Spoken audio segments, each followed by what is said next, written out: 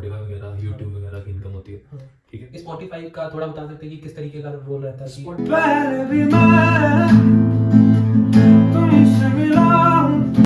बोलना नहीं चाहिए बट कुछ खास गाने नहीं है जो चलते हैं। जितने बड़े बड़े कलाकार हैं इनको ऑनलाइन उतना नहीं है जितना शोज है। म्यूजिक का बेसिक इंडियन क्लासिकल है, तो उसको पक्का करना बहुत जरूरी है। आजकल की ऑडियंस वैसी है नहीं है जैसे हम उनको सुनाना चाहते हैं। आर्टिस्ट देखो, आर्टिस्ट के पास इतनी वेज होती है ना पैसे कमाने की, मतलब जो आप जॉब में नहीं कर सकते, जो आप कहीं नहीं करते, इसीलिए लोग भागते हैं आर्ट लाइन के पीछे, क्योंकि पैसा होता ना आता तो आप इस लाइन में घुस गए हैं कुछ ऐसा। आपको मार्केटिंग स्ट्रेटेजीज पता होनी चाहिए।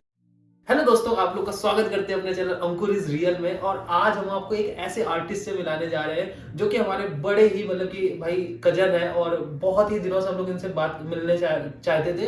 तो आज जाकर के हम लोग फाइनली भाई से मिल पा रहे हैं और अपना पॉडकास्ट शूट कर रहे हैं। और आपके बहुत सारे क्वेश्चंस होंगे, तो वो सारे हम लोग इस पॉडकास्ट में भाई कवर करने वाले हैं। तो पहले भैया को आर्टिस्ट प्रूव करने के लिए हम लोग कुछ गाना एक शो करते कि कोई गाना एक गा दे जो हम लोग के लिए बहुत अच्छा हो जाएगा ये पॉडकास्ट। तो भैया कोई एक छोटा सा गाना। बिल्कुल, मैं वो गाना सुनाता हूँ। पहले भी मैं तुमसे मिला, पहली दफा मिलके लगा, तूने छुआ ज़ख्म को मेरे, मरहम मरहम दिल पे लगा। पागल पागल हैं थोड़े बादल, बादल हैं दोनों बरसे, भीगे बरसे आज़ाद। पहले भी मैं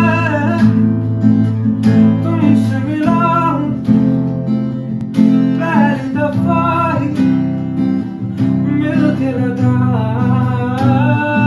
तूने छुआ ज़ख्म को मेरे, मरहम मरहम दिल पे लगा। नाइस भाई, बहुत ही क्रेजी। अगर आपको बहुत भी ज्यादा अच्छी तरीके से इनको सुनना है तो इंस्टाग्राम का पेज भैया का मैं डिस्क्रिप्शन में दे दूंगा, वहां पे जाकर के आप सुन सकते हो। ठीक है, अब हम लोग बात करते हैं अपने पॉडकास्ट के ऊपर। तो भैया आप थोड़ा अपना इंट्रोडक्शन दे हमारी ऑडियंस को। जी, मेरा नाम है अनुराग लंगे। तो बेसिकली जम्मू से बिलोंग करता हूँ, जम्मू एंड कश्मीर से। तो रिसेंटली यूट्यूब शुरू किया है और साथ पैसा पढ़ाई के साथ में यूट्यूब करता हूँ, और थोड़ा सा अच्छा रिस्पांस मिल रहा है तो मैं उसको आगे कंटिन्यू कर रहा हूँ। साथ में स्टूडियो ओन करता हूँ अपना जम्मू में, and I create my own songs too. So यही है, अभी म्यूजिक जर्नी मेरी यहीं से स्टार्ट हुई है, और जो जो इसमें फेजेस मैंने देखे हैं वो मैं सारे आज भाई को बताऊंगा। बहुत मजे यार, ये सीरीज होने वाली है। सीरीज का है तो ये पॉडकास्ट मतलब भाई शब्द नहीं निकल रहे हैं। ठीक है, तो भैया ये बताओ कि अभी जो स्टूडेंट्स के लिए ये बहुत एक करियर ले सकते हैं आज के समय पे कि नहीं? एक जो सबसे बड़ा क्वेश्चन आता है अभी बहुत से मैंने देखो, फ्रैंकली मैं एक चीज बताऊंगा कि फुल टाइम म्यूजिक करना तब चाहिए कि अगर आपके अंदर वो चीज डेडिकेशन है कि आपको पता है कि मैं इसमें ना घुस जाऊंगा और मैं करूंगा। तो मेरे हिसाब से अगर तो आपका शौक है ना, तो शौक को शौक की तरह साइड पे चलाओ और साथ में पढ़ाई जरूरी रखो। पढ़ाई बहुत जरूरी है लाइफ में ना। हर चीज म्यूजिक से भी नहीं चल सकती। आपको पता है आजकल के जमाने में मतलब काम है कभी काम नहीं है, तो आपकी एक सिक्योरिटी होना बहुत जरूरी है, बहुत लाजमी है सिक्योरिटी होना। जैसे कि अभी के समय में बच्चे मतलब कि ड्रॉप आउट ले लेते हैं कॉलेज के, तो उनको क्या बोलना चाहोगे कि ड्रॉप आउट ले लेते हैं और अपने मतलब करियर में फोकस कर कि भाई ड्रॉप आउट लेकर के करियर में फोकस करते हैं, तो उसको उस शब्दों में आप क्या कहोगे? करियर पे फोकस करना चाहिए बिल्कुल। ड्रॉप आउट लेने वाले मैं तो बेवकूफी कहूंगा कि यार ड्रॉप आउट करना किसी फोर्थ सेमेस्टर मतलब कि कर देते हैं। हाँ, एटलीस्ट आपको एक डिग्री होनी चाहिए। हाँ। आपके पास एक डिग्री होनी चाहिए, उसके बाद आप कुछ करोगे भी तो आप एटलीस्ट आपके पास डिग्री, आप डिग्री होल्डर हो, आपके पास सिस्टम है कि कल को कहीं जॉब के लिए जाओगे तो आप मतलब भूखे नहीं मरोगे। क्योंकि म्यूजिक और ऐसी आर्ट लाइन ना बड़ी सारी, मतलब मैं बता रहा हूँ, इसमें बंदा बहुत ज्यादा मतलब एक तो वास्ट है, बहुत ज्यादा वास्ट है इंडस्ट्री है ना। लोग बहुत ज्यादा टैलेंटेड है, बहुत सारा इसमें टैलेंट है। सिंगर्स कितने अच्छे अच्छे हैं, डांसर्स, आर्ट लाइन कितनी बड़ी वास्ट है।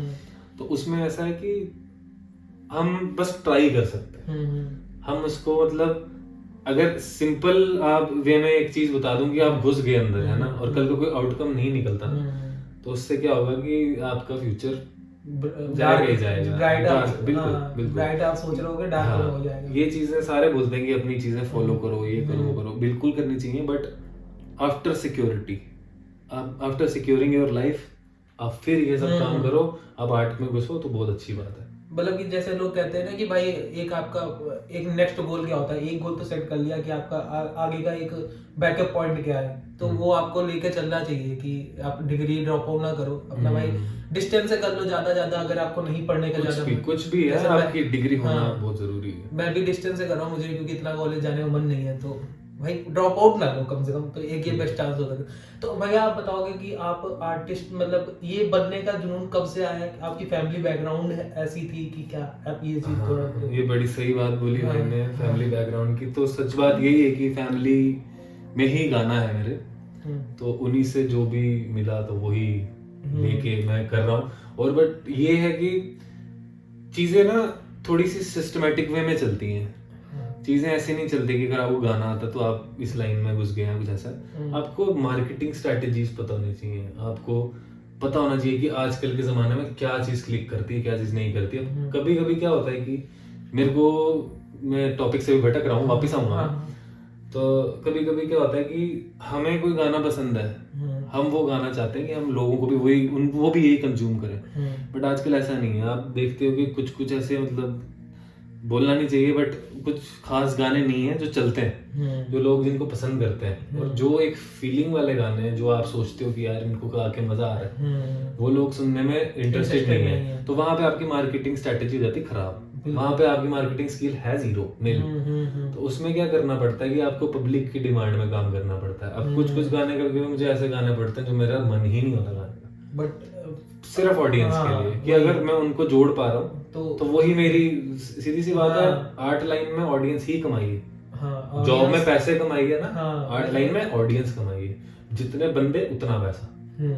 ये तो भैया जैसे कि अभी के समय में बोला जाता है कि म्यूजिक इंडस्ट्री बहुत ज्यादा मतलब कि यूज होती जा रही है, और साथ ही साथ ये बोल रहे हैं कि जितना कंपटीशन पहले कम था, अब के समय में बहुत ज्यादा है। तो एज अ सिंगर आप क्या एडवाइस दोगे कि लोगों को आर्टिस्ट में ज्यादा बिलीव, मतलब कि इतना लोग अपने आप को रखें कि यार ये आर्टिस्ट मेरे लिए लाइफ बेटर है कि नहीं है? क्योंकि आप तो देखो जैसे आपकी फैमिली बैकग्राउंड से था कि आर्टिस्ट, तो आपको बहुत अच्छा सपोर्ट मिल गया, बट जो लोग अब के समय पे as a singer as a artist कुछ भी बनना चाहते होंगे, तो उनके फैमिली में साथ नहीं दे रहे हैं, तो वो लोग क्या करें? वो लोग, मैं तो कहता हूँ कि साथ, जैसे मैं बता रहा था आपको कि पढ़ाई के साथ साथ ये चलाओ। अगर आपको दिखता है ना कि आप में पोटेंशियल है तो करो, बिल्कुल आप उसमें और ज्यादा एक्सेल कर सकते हो। बट जो वास्ट इसकी वो है ना, म्यूजिक को आर्ट लाइन बहुत वास्ट है। अब इसमें क्या चीज है कि अगर आपके पास कुछ अलग नहीं है, अगर कोई चीज कैची नहीं है आपके पास, अगर कोई कंटेंट में आपके सिर्फ नॉर्मल है कि मतलब आप गाना गा रहे हो, सुर में गा रहे हो, बस गाना गा रहे हो नॉर्मल, उसमें आपकी कोई वेरिएशंस नहीं है, आपका कुछ नहीं है, और मतलब एक नॉर्मल गाना जैसे गाया वैसे गा दिया आपने, बात खत्म, वो भी ठीक है, बट वो फॉर द टाइम बीइंग ठीक है, वो आपको फ्यूचर में काम नहीं आने वाला। क्योंकि लोग सुनते क्या है, लोग किसको फॉलो करते हैं कि ये कुछ अलग कर रहा है ना। आपके कंटेंट में जो अलग चीजें होंगी, आपके म्यूजिक में कुछ अलग चीजें होंगी। लोग अब आजकल म्यूजिक को इसलिए फॉलो करते हैं कि हम इन सिंगर्स को गा के खुश कर दें, हाँ मतलब सिंगर्स को गा के बस ऐसे लोगों को दिखा दें हम ये गाने गा सकते हैं, हमें गाने गा सकते हैं, बट उसमें वेरिएशंस नहीं है। वो थोड़ा टाइम के लिए चलने वाली चीज है, वो लाइफ टाइम के लिए आपके काम नहीं आने वाली, सीधी सी बात है। आपको थोड़ा सा ना अपने को दिमाग खोलना, क्रिएटिविटी हर चीज में, म्यूजिक में, आर्ट लाइन जितनी भी है ना, सब में क्रिएटिविटी ही मैटर करती है। ऑडियंस जोड़ना ही क्रिएटिविटी है। आप क्रिएटिव हो गए, आपकी सीधी सी बात ऑडियंस पड़ेगी। हाँ, तो जैसे कि भैया अभी आपको ये पता होगा कि ये म्यूजिक इंडस्ट्री है, बहुत ही मतलब कि डार्क रियलिटी भी है इसकी। जैसे कि अभी मैंने आपके मुंह से ही सुना कि एक अच्छा गाना उतना प्रमोट नहीं होता है, बिल्कुल, तो बिल्कुल। और आपने ऐसे भी सिंगर्स देखे होंगे जो बहुत ही अच्छे गाने गाते हैं, और आज उनका मार्केट में नाम नहीं, और जो लोग ऐसे गाने गा देते हैं जो ऑडियंस उसमें डांस कर, ये सीधी सी बात है, ये ड्यू टू ऑडियंस है। क्योंकि आजकल की ऑडियंस वैसी है नहीं है जैसे हम उनको सुनाना चाहते हैं ना। आजकल की ऑडियंस वैसी है नहीं रही, फीलिंग्स वाली नहीं। आजकल की ऑडियंस है डिस्को पब्स में जाने वाली ना, उनको गजलों से, उनको उनसे कोई मतलब नहीं है, कोई सॉफ्ट गानों से कोई मतलब नहीं है।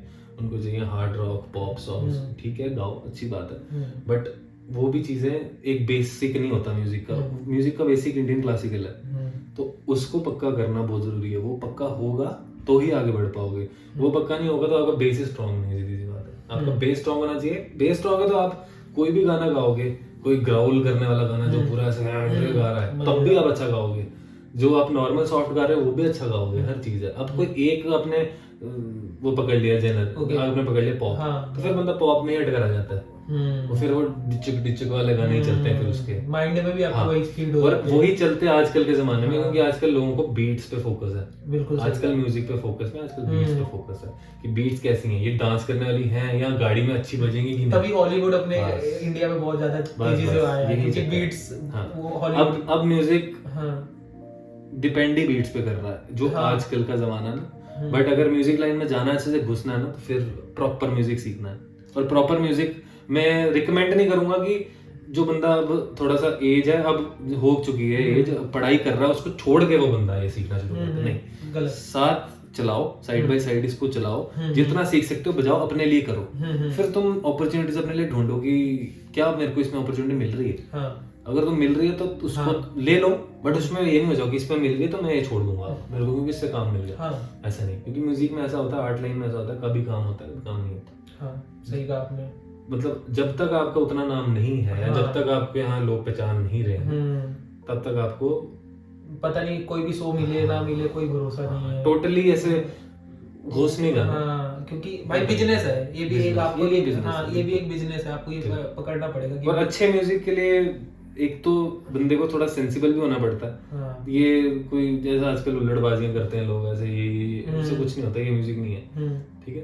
तो वही सब चीजें थोड़ा इसके लिए डिसिप्लिन होना पड़ता है म्यूजिक के लिए ना। तो आप ये बता सकते हैं हमारी ऑडियंस को, जो हमारी ऑडियंस है वो मेक मनी ऑनलाइन से ज्यादा रिलेटेड रहती है, तो आप ये भी बता सकते हैं कि जो एक आर्टिस्ट होता है एज आप या आर्टिस्ट किन तरीके से पैसे बना पाते हैं?